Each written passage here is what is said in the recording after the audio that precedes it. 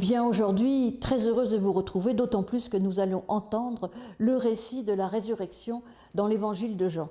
Tout de moins, le premier récit de l'apparition de Jésus dans l'évangile de Jean.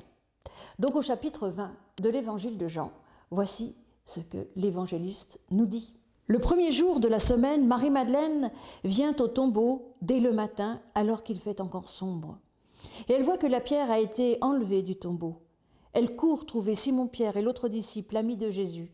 Elle leur dit « On a enlevé le Seigneur du tombeau et nous ne savons pas où on l'a mis. » Pierre et l'autre disciple sortirent donc pour venir au tombeau. Ils couraient tous deux ensemble, mais l'autre disciple courut plus vite que Pierre et arriva le premier au tombeau. Il se baisse. Il voit les bandelettes qui gisent là. Pourtant, il n'entre pas. Simon-Pierre, qui le suit, arrive. Entrant dans le tombeau, il voit les bandelettes qui gisent là et le linge qui était sur la tête de Jésus. Ce linge ne gisait pas avec les bandelettes, mais il était roulé à part dans un autre lieu. Alors l'autre disciple, qui était arrivé le premier, entre aussi, il voit et il croit. Car il n'avait pas encore compris l'écriture selon laquelle il devait se relever d'entre les morts. Les disciples s'en retournèrent donc chez eux. Alors déjà dans cette première partie, on voit Marie-Madeleine, fidèle parmi les fidèles, qui va au tombeau seule le matin. C'est intéressant, les mots sont intéressants, on nous dit que c'est le premier jour. Le premier jour, ça nous renvoie au premier jour de la création. D'ailleurs, rappelez-vous, l'évangile de Jean commence par ce mot « commencement » exactement comme dans la Genèse.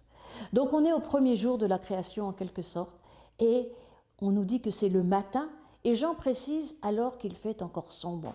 Donc nous sommes encore dans la nuit. Marie est encore dans la nuit, elle est encore dans le deuil et nous allons la retrouver tout à l'heure en pleurs. Mais elle se met quand même en route. Le fait de se lever, de partir, eh bien, la met en mouvement, et c'est ce mouvement qui va la conduire vers la vie. La pierre est roulée, elle ne se demande pourquoi, il n'y a plus de corps, il n'y a plus rien. Alors elle va vite chercher deux autres fidèles, deux autres disciples, Pierre et le disciple bien-aimé. Et il y a cette espèce de course-poursuite, et enfin ils arrivent au tombeau. Et là, eh bien, ils constatent qu'il n'y a plus rien dans le tombeau à part des linges bien arrangés. Et on nous dit que le disciple bien-aimé voit et croit. Ça m'a toujours étonné. Parce que qu'est-ce qu'il voit ? Il voit rien, il voit un tombeau vide. Mais devant ce vide, devant ce manque, eh bien, d'un seul coup, il se met à croire, il se met à espérer. Comme si on nous disait que parce qu'il a été aimé par Jésus, parce que c'est tout ce qu'on sait de lui finalement, qu'il est aimé par Jésus, eh bien, cet amour lui permet lui aussi de se mettre en mouvement et de croire que tout est possible encore, d'espérer encore et encore. Il voit et il croit. Et même à partir du manque du corps, il croit que les choses sont encore possibles. Il voit, il croit, mais pourtant il se tait. Et donc s'il n'y avait eu que lui, eh bien nous serions peut-être pas là.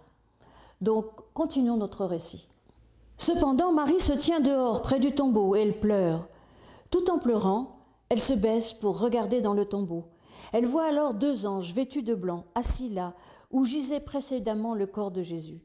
L'un à la tête, l'autre aux pieds. Ils lui dirent « Femme, pourquoi pleures-tu » Elle leur répond « Parce qu'on a enlevé mon Seigneur et je ne sais pas où on l'a mis. » Après avoir dit cela, elle se retourne. Elle voit Jésus debout, mais elle ne sait pas que c'était Jésus.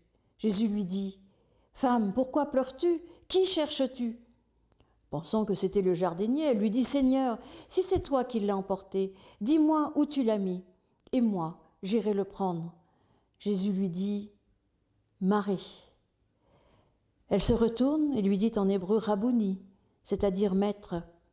Jésus lui dit « Cesse de t'accrocher à moi, car je ne suis pas encore monté vers le Père, mais va vers mes frères et dis-leur que je monte vers celui qui est mon Père et votre Père, mon Dieu et votre Dieu. » Marie-Madeleine vient annoncer aux disciples qu'elle a vu le Seigneur et qu'elle lui a dit cela. Nous retrouvons donc Marie-Madeleine en pleurs parce qu'elle ne sait toujours pas ce qu'est devenu le corps de celui qu'elle aimait. Marie-Madeleine en pleurs, comme bien souvent, nous sommes en pleurs lorsque nous sommes dans le deuil, et l'on sait que, en plus, quand il y a le manque du corps, c'est encore plus difficile. Mais Marie-Madeleine en pleurs va continuer tout de même à se mettre en mouvement.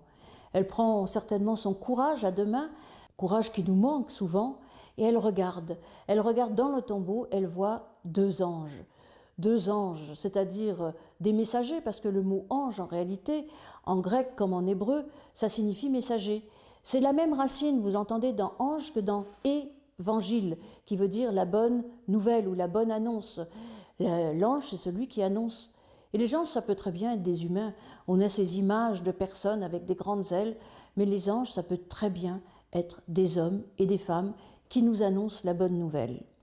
Donc elle se penche et lui pose cette première question, pourquoi pleure-t-il ? Ils prennent en compte sa douleur, sa souffrance. Ça lui permet justement d'exprimer pourquoi elle pleure et d'exprimer ce qui l'habite. C'est alors qu'elle peut enfin se retourner et être dos au tombeau. Elle laisse en quelque sorte, symboliquement, la mort derrière elle. Et là, elle voit un homme, c'est Jésus, nous le savons, mais elle ne le sait pas, elle le prend pour le jardinier. Et à travers un dialogue où lui aussi lui demande pourquoi elle pleure, à nouveau elle exprime sa difficulté, sa souffrance. À travers ce dialogue, eh bien, elle va découvrir qui il est. Elle va d'un seul coup entendre, lorsqu'il l'appelle par son nom, Marie, elle va le voir. Et c'est là la première apparition de Jésus dans l'évangile de Jean. C'est toujours intéressant car quels que soient les évangiles, Jésus apparaît en premier aux femmes déjà, et personne ne le reconnaît. Cela nous dit bien que le ressuscité n'est pas exactement le même que le Jésus qui arpentait les routes de Galilée. Cela nous dit que la résurrection n'est en rien une restauration, elle est tout autre chose. Et d'ailleurs, Jésus va en rajouter une couche lorsqu'il lui dit « Ne me retiens pas, ne t'accroche pas à moi ». Il faut en effet qu'elle laisse partir cette image du Jésus qu'elle a côtoyé pour aller découvrir celui qu'il est maintenant, le ressuscité, celui qui donne la vie, qui nous offre la vie et qui nous dit et nous chante la vie et qui nous annonce que de toute façon, la vie est toujours possible, déjà là, pour Marie qui se relève et qui va vivre à nouveau, et aussi pour un pas encore que nous ignorons, mais qui aura certainement cette force que Marie découvre là, qu'elle puise en elle. Alors après, eh bien Marie va annoncer, et qu'est-ce que c'est l'annonce ? En grec, c'est de nouveau ce même mot qui va dire qu'elle est un ange. Plus besoin de ces anges qui sont dans ce tombeau vide. Les anges, c'est Marie qui part annoncer. Elle est envoyée par Jésus en cela. Elle est la première apôtre, puisque là aussi, apôtre, ça veut dire envoyée. Donc elle est un ange. La première apôtre, c'est une femme, et ça me plaît bien. La première qui va annoncer la bonne nouvelle. En étant cet ange, celle qui va annoncer, elle nous invite, nous aussi, à devenir des anges, des annonceurs de la bonne nouvelle. Et la bonne nouvelle de Pâques, c'est aussi cela, c'est que malgré tout et contre tout, nous pouvons nous relever, faire face à nos difficultés, à nos deuils, et nous pouvons devenir, alors pour le coup, de vrais annonceurs de la bonne nouvelle, cette bonne nouvelle que nous avons pu vivre dans notre propre chair. À bientôt pour continuer les récits de résurrection dans l'évangile de Jean.